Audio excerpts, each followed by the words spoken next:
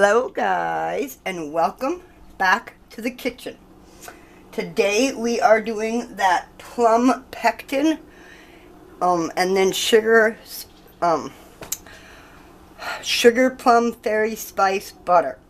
So I do a quart of water for every pound of fruit.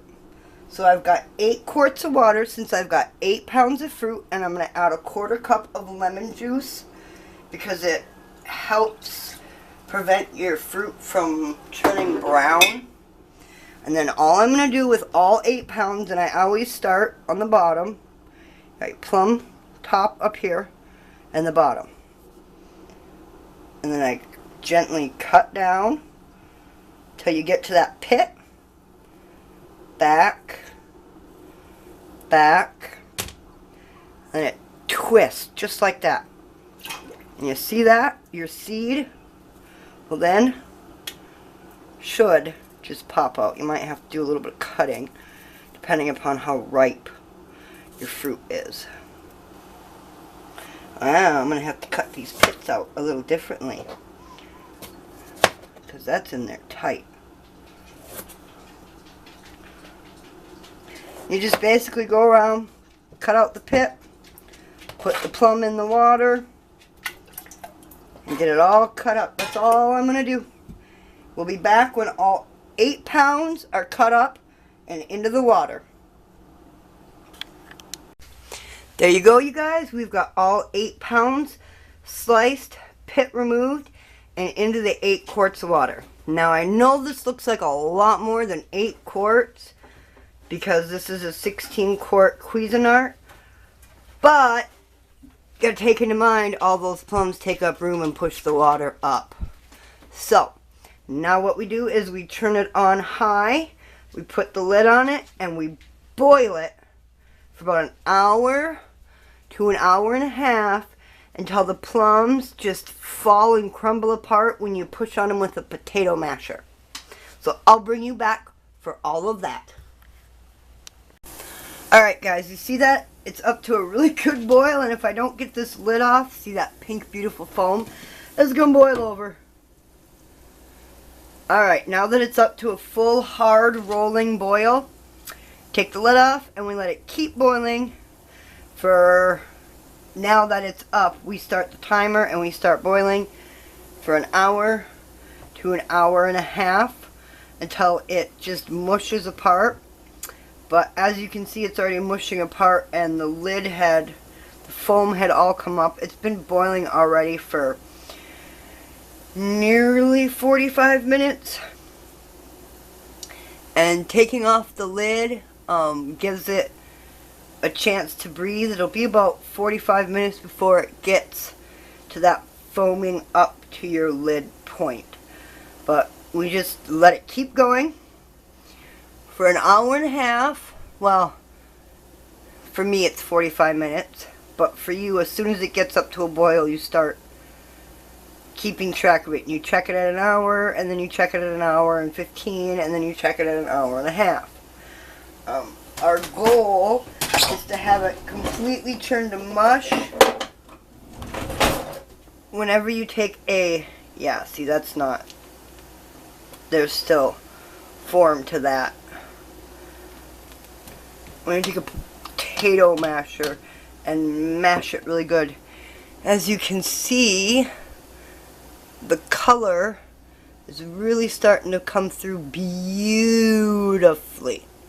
So, I'm just going to keep letting it go, keep letting it boil. Now remember, we started with 8 quarts, 1 quart per pound, but it will boil down a good quart and a half to even possibly 2 quarts of water during the boiling process. That is okay. And that is what we want. We're making pectin out of this. You can make plum juice. But we're making pectin, so the more water that gets boiled out, the better. Alright guys, we're going to keep letting it go, and I'll be back. There we have it, you guys. Look at that beautiful dark rich red color. And as you can see, when I try to stir it, the plums have turned into plum mush. Yes, there's skin in there. The skin and all of this mush will be sent through my Ninja to make sure that all the skin gets good and cut up and broken down. So all I'm going to do is turn this off, let it sit for just a couple of minutes, not long, just a couple of minutes, and then we're going to send it through a jelly strainer and save the juice and make pectin. We'll be back, you guys. Now all I'm going to do is take and run it through my jelly strainer. All that plum mush out and strain it. Now, you don't have to do 8 pounds. You can do 4 pounds or even 2 pounds. You just don't get as much pectin. You know, the less plums you have, the less pectin you get.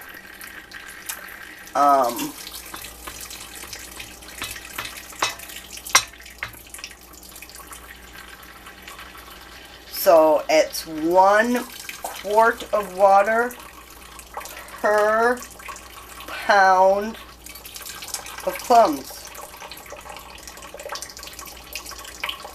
Alright guys, I'm going to keep straining this and we'll be back when we're all done.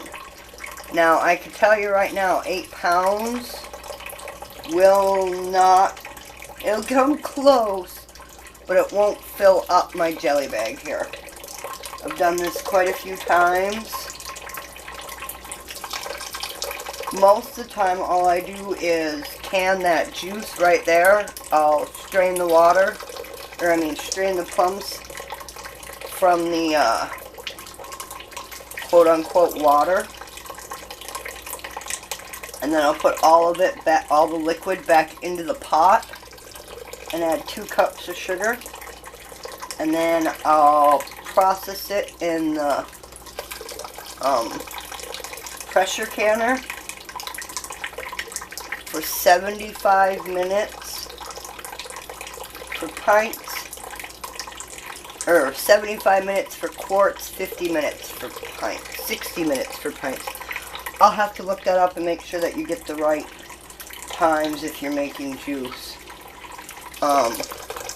But somebody wanted me to show them how I make the pectin all the way down to pectin form.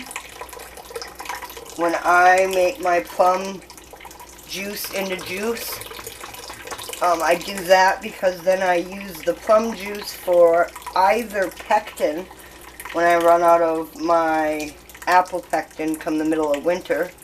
I'll open up several jars of the plum juice and put it in a crock pot. The sugar won't cause any issues, and I will cook it down in a crock pot for 12 hours and then can the what's left at the bottom for my pectin.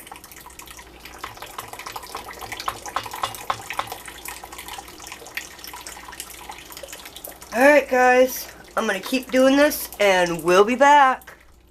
Oh, hello you guys, and welcome to the kitchen. Well, here I had a total of about 7.5 cups of plum juice left from making my plum pectin. This is before it's been cooked down. This is just the juice after I've strained it. In there you can see little floaties of the plum that didn't get strained out, which is okay. I'd already pulled out all the plum juice. I'd already sent it through and gotten it separated into its crock pots in order to cook it down for pectin. And I had 7.5 cups left, and I thought, nah, instead of putting it away and holding on to it and cooking it down, I'm going to make myself 2 different batches of a plum. One's going to be, this one is going to be plum jelly, and then I make another one that's plum, cherry, possibly blueberry jam. Not sure yet. We'll see when I make it. But this is just plum jelly. So what I have in here is 5 cups of plum juice. I'm going to add 1/3 of a cup of lemon juice. And then I'm going to add 4 cups of sugar.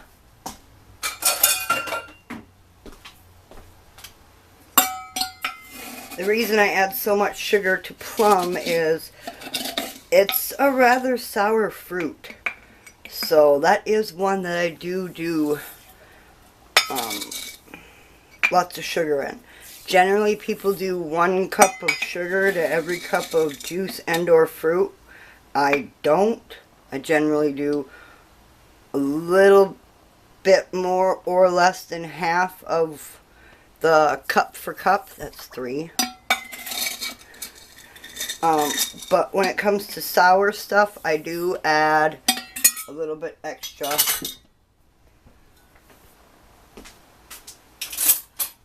Sugar to it to give it sweetness so we don't have to deal with the sour. Alright. Now we're just going to stir this up. Now I don't need to add any pectin to this. It's plums. It makes its own pectin. So sugar, lemon juice, and the plum juice, we turn it on medium-high. This is a stainless steel fork. Noodle fork, it works. It's stainless steel. Stir it, and we just start letting it boil, and that's all we do. Just that. Alright guys, I'm going to keep letting this boil, and I will bring you along for the whole adventure. We'll be back. Hour and a half, my batteries died, so I missed all the in-between stuff. But I've said this before, when I make a new jam or jelly, I like to have the thermometer in there just so I make sure I know when.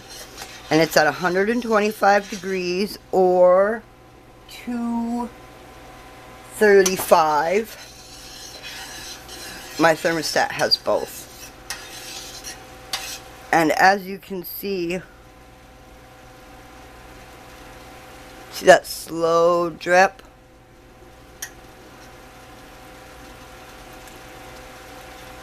It's done. So I'm going to turn it off.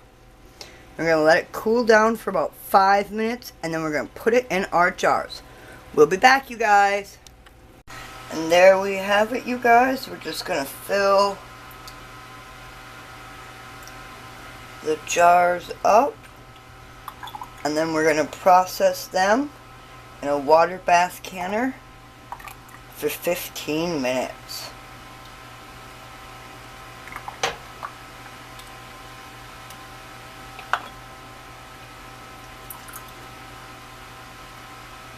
Now I have washed and sterilized my jars in an oven on 250 degrees for 15 minutes.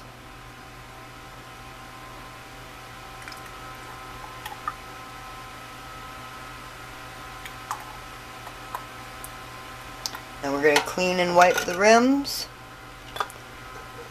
and be ready to go. Alright guys, we'll be back. Alright guys, there we have it. I have 5 full jars and 1 partial jar. I'm just going to stick that one right in the fridge. Then we're going to put this into a water bath canner and process it for 15 minutes. We'll be back. And there we have it, you guys. 5 jars of plum jelly. I've put them in the water bath canner. Turn it on. We're going to boil it, bring it up to processing, and then we're going to process for 15 minutes. Okay guys, we'll be back. And there it is. That is processing.